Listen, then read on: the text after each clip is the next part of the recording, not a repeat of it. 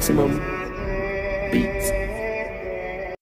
Bonjour et bienvenue dans la chaîne Mathématiques Sciences. Aujourd'hui, je vous propose une nouvelle vidéo dédiée aux élèves de terminale, spécialité mathématiques. L'idée de la vidéo est la suivante, ça va être d'apprendre à effectuer des calculs de somme. Ok, donc on va voir comment effectuer des calculs de somme usuelle au travers de la suite de cet exercice-là qui ne va jamais terminer. Donc, ne vous inquiétez pas, c'est vraiment les dernières questions. Mais du coup, ça va être l'occasion effectivement de faire des calculs de somme. Ok, parce que le but c'est quand même que aussi vous maîtrisez les sommes de base. Alors, donc on va voir justement quelles sont ces sommes de base et comment les maîtriser. Alors, je vous laisse mettre la vidéo en pause, essayez de bien réfléchir à l'exercice et ensuite on va tout simplement corriger. Alors, juste petite précision pour la question 11, on admettra que la suite WN est décroissante. Ok, donc c'est un résultat qu'on avait démontré dans la précédente vidéo et ça on va la mettre pour faire la question 11 tranquillement. Ok, vous verrez comment on va s'y prendre. Il y a plusieurs manières de s'y prendre, mais vous verrez une manière possible de s'y prendre. Alors, c'est parti mon kiki. On démarre tout de suite avec un petit calcul de somme. Donc là, pour tout n dans l'ensemble des entiers naturels non nuls, on voudrait calculer la somme SN-TID. La somme SN-TID, c'est la somme pour k qui va de 0 à n-1 des 22 sur 2 puissance k plus 68. Alors bon, là vous dites, oh là là, où est-ce qu'on est, comment que je vais m'en sortir. Alors don't panique, en réalité c'est une somme que vous savez calculer, ok, juste c'est écrit de manière un peu horrible. Donc on va un petit peu séparer les choses, ok. Alors pour que vous ayez au moins l'intuition de comment qu'on va séparer ça, et je vais écrire la somme avec des pointillés, mais c'est pas très propre, et que bon, quand vous serez en études supérieures vous n'allez pas le faire comme ça, mais bon, juste pour que vous ayez un peu l'intuition. Donc là, ça c'est le premier terme de ma somme. Le deuxième terme de ma somme, c'est 22 sur 2 puissance 1 plus 68. Le troisième terme de la somme, c'est 22 sur 2 puissance 2 plus 68. Et on répète ça ainsi de suite jusqu'au dernier terme, qui est celui de rang n-1. Donc ça nous donne 22 sur 2 puissance n-1 plus 68. Ok. L'idée va être la suivante.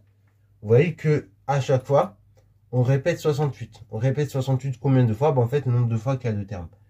Donc là, il y a combien de termes dans la somme? Il y en a n-1 plus 1. Oui, je sais, c'est bizarre. Comment qu'on peut savoir n-1 plus 1? En fait, vous faites n-1 moins 0. Ok.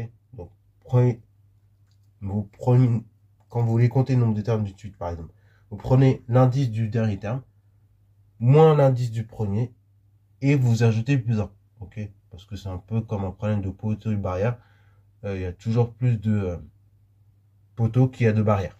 Ok. Donc, c'est pour ça qu'il y a ce fameux plus 1.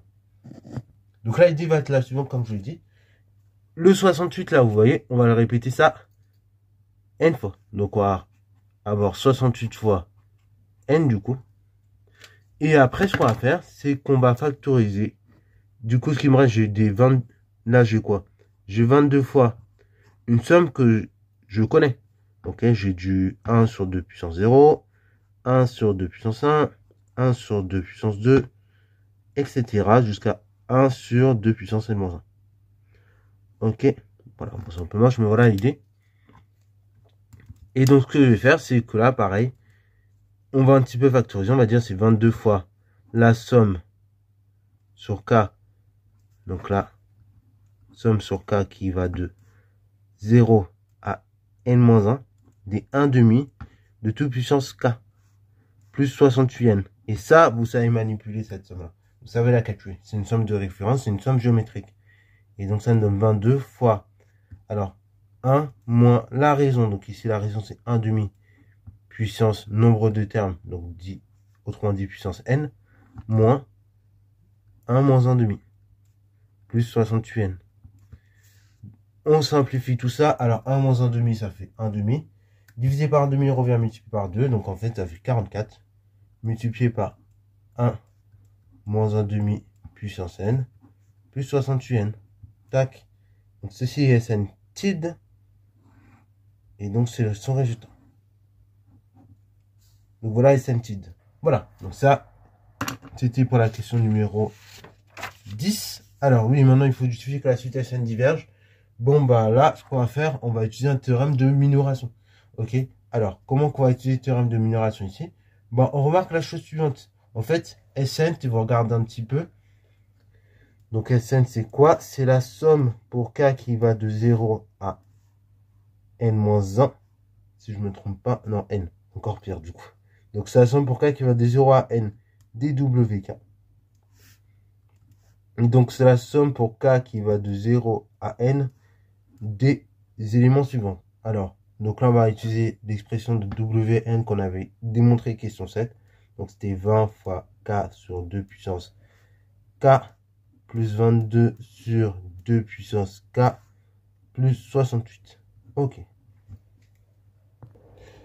Après, ce que vous remarquez, on peut remarquer deux choses. Alors, on va casser encore une fois la somme de manière intelligente pour faire apparaître SN-TID. On remarque que on somme pour k qui va de 0 à n 20 fois k divisé par 2 puissance k plus cet élément-là pour k qui va de 0 à n-1. Donc, en fait, plus SN-TID plus le dernier élément, donc d'indice k égale à n. Donc, 22 sur 2 puissance k plus 68. Voilà, donc en fait, voici Sn à l'aide de SN-TID. Ok. Alors, SN-TID, pour rappel, c'est la somme de ces deux derniers éléments, sauf qu'au lieu de s'arrêter à n, on s'arrête à n-1.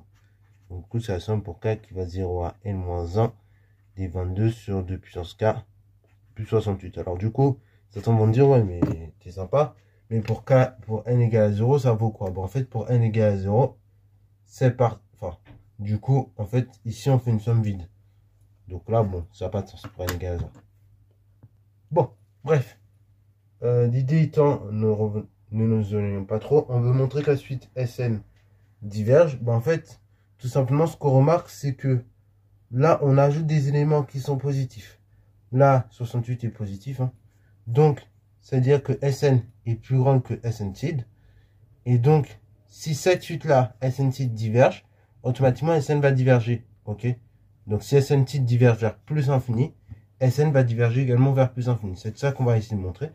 Et donc là, pour l'écrire proprement, on va dire la chose suivante. Pour tout cas, entre 0 et n. Alors quand je dis entre 0 et n comme ça, c'est tout entier entre 0 et n.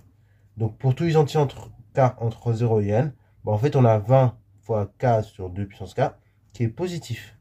Donc du coup, ce qui nous reste là, la somme pour k qui va de 0 à n des 20 fois k sur 2 puissance k. En fait, comme vous sommez des éléments positifs, la somme est également positive. Ok. Jusque là, je vous ai rien appris. On a également 68 qui est strictement positif. Et donc, conclusion, on a que pour tout n dans l'ensemble des entiers naturels, Sn est plus grande que Sn-TID. Ok.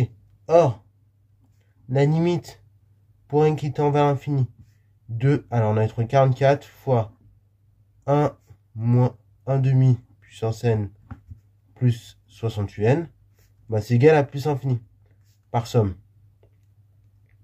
Pourquoi 68? Parce que vous avez en plus infini. Pourquoi? Parce que tout simplement 68 est strictement positif. Vous multipliez par n qui a pour limite plus infini. Ça vous donne une limite égale à plus infini.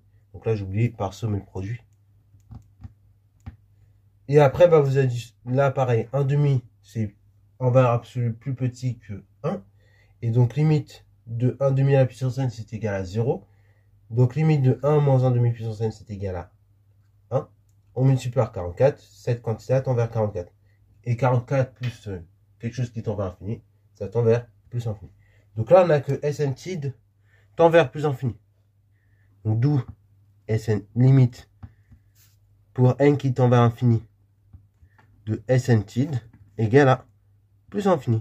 Et donc là, par théorème de minoration, on a que tout simplement la limite pour n qui tend vers l'infini de Sn, c'est également égal à plus infini, et donc la suite Sn diverge. Voilà. Alors, maintenant, question numéro 11, on veut démontrer une inégalité pour tout n. Alors là, ce que je vous propose, pareil, on va pas être extrêmement créatif, je sais en termes de raisonnement, mais c'est pas grave. L'idée, c'est de montrer cette inégalité par récurrence.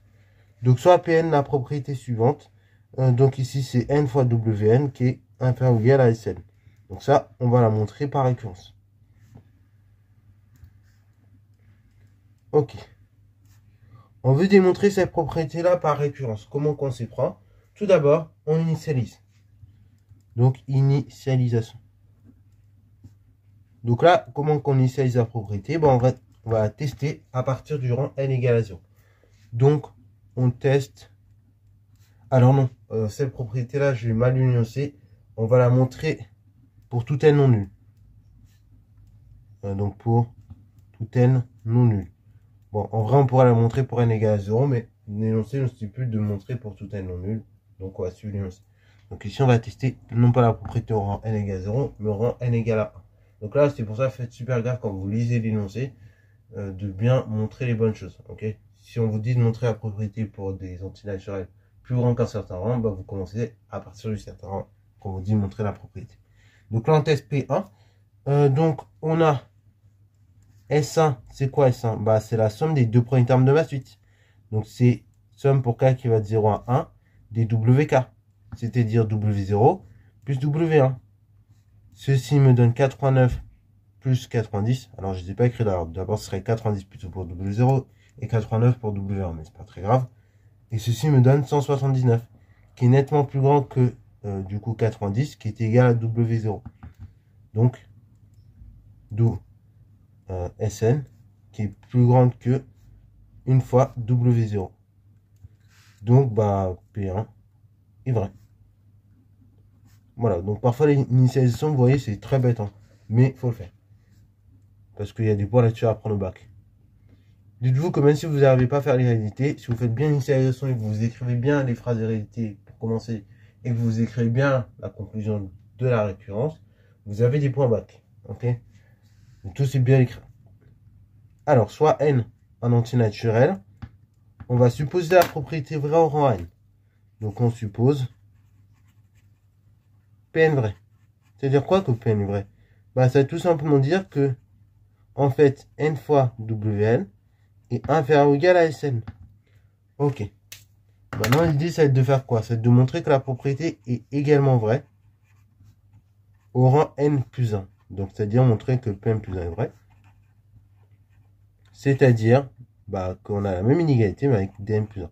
Donc, n plus 1 Sn inférieur ou égal à Wn, plutôt n plus 1 Wn inférieur ou égal à Sn plus 1.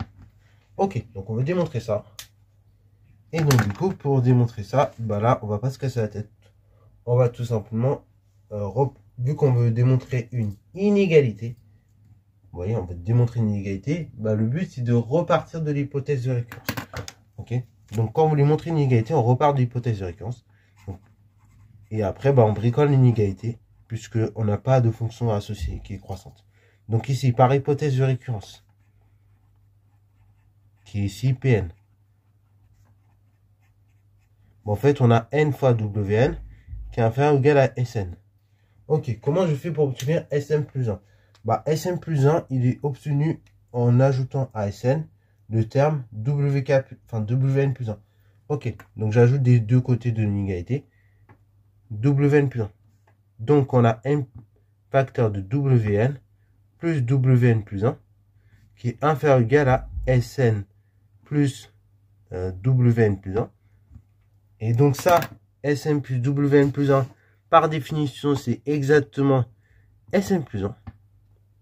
Et ça, c'est inférieur ou égal à ceci. N fois Wn plus Wn plus 1. Ok, Wn, il y a deux choses. Wn, c'est une suite qui est décroissante et positive. Ok. Donc décroissante, ça, on l'a démontré, question 9. Or, d'après la question 9, bon, en fait, on a que Wn plus 1 inférieur ou égal à Wn. Et ça, et par définition de Wn, bon, en fait, on amène Wn qui est positif. Ok, c'est une somme de termes positifs, Wn, donc c'est positif. Donc, on déduit la chose suivante, bah, n fois Wn plus 1, c'est inférieur ou égal à n fois Wn. Et donc, par transitivité d'inégalité,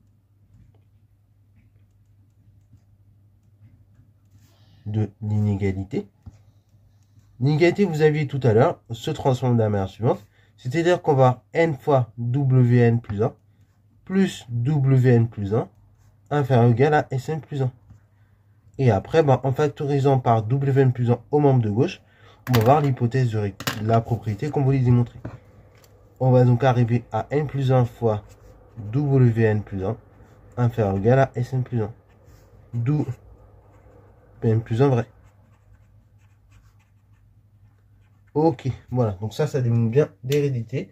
Bon, pareil, je ne vais pas écrire complètement la phrase pour la conclusion, mais la phrase à dire le jour du baccalauréat, c'est de dire que la propriété est initialisée pour n égale à 0, elle est héréditaire, et donc d'après le principe de récurrence, on va voir le résultat que je vais mettre, c'est-à-dire pour tout n dans l'ensemble des entiers naturels, n fois Wn, c'est inférieur ou égal à Sn. Voilà, par principe de récurrence.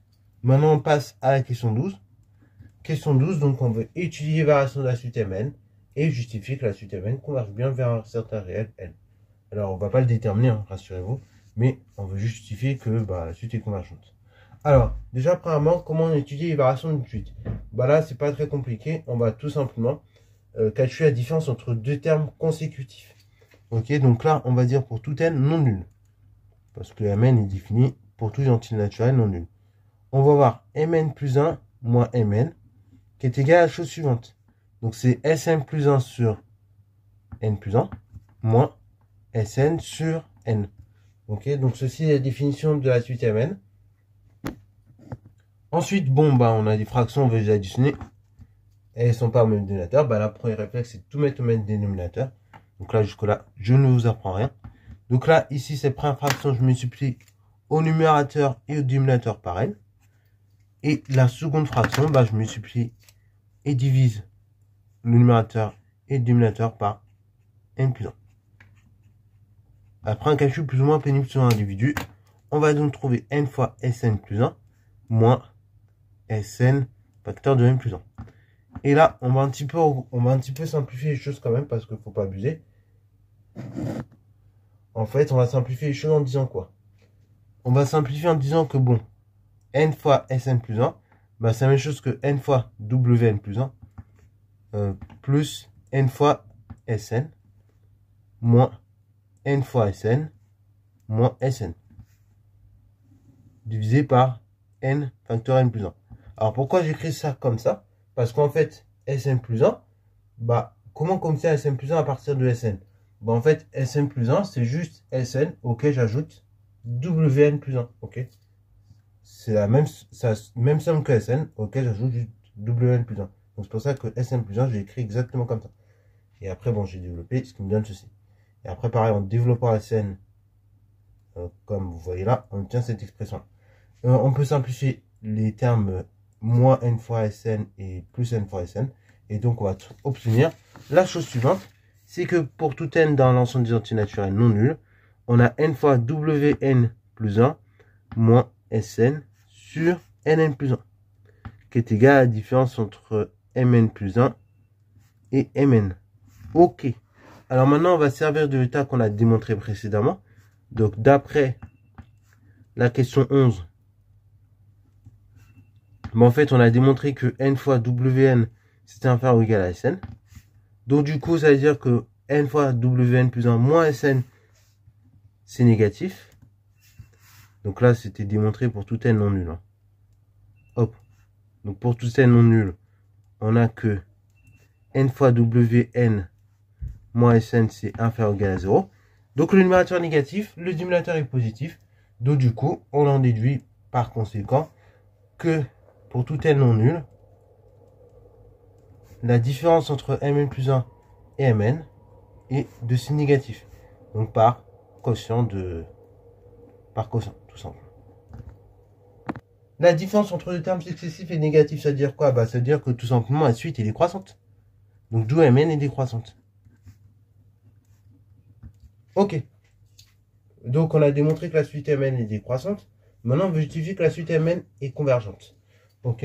Donc là, pour justifier que la suite est convergente, là, il faut penser tout de suite à un théorème qui doit vous venir à l'esprit. C'est le théorème de convergence monotone. Alors oui, parfois, soit vous l'appelez le théorème de convergence monotone, soit vous l'appelez le théorème de la limite monotone. Ça dépend des profs. Voilà. Donc en tout cas, il faut penser au théorème de convergence monotone, qui dit qu'en gros, si vous avez une suite qui est d'escalade décroissante et que vous arrivez à montrer qu'elle est minorée quelque part, elle est forcément convergente. Bon, là, en minorant, très simple, c'est trouver ces zéros. Ok. Donc là, on peut dire pour tout n d'ensemble d'identité naturelle non nulle, bon, en fait, on a mon Sn, elle est positive, et n, bon, c'est positif, strictement, dans le cas où n est dans ensemble d'identité naturelle non nulle. Donc, on déduit que pour tout n naturel non nul, bah, Mn, qui est juste au quotient entre Sn et n, bah, c'est bien positif ou nul. Et donc, ça veut dire quoi? Ça veut dire que la suite Mn est minorée par 0, elle est décroissante. Donc, d'après le théorème de convergence monotone, elle va forcément converger vers un certain réel L. Voilà, voilà. Et donc, c'est tout pour cette vidéo-là. Donc, si la vidéo t'a plu, n'hésite surtout pas à la liker, commenter et balancer toi en mathématiques et en sciences.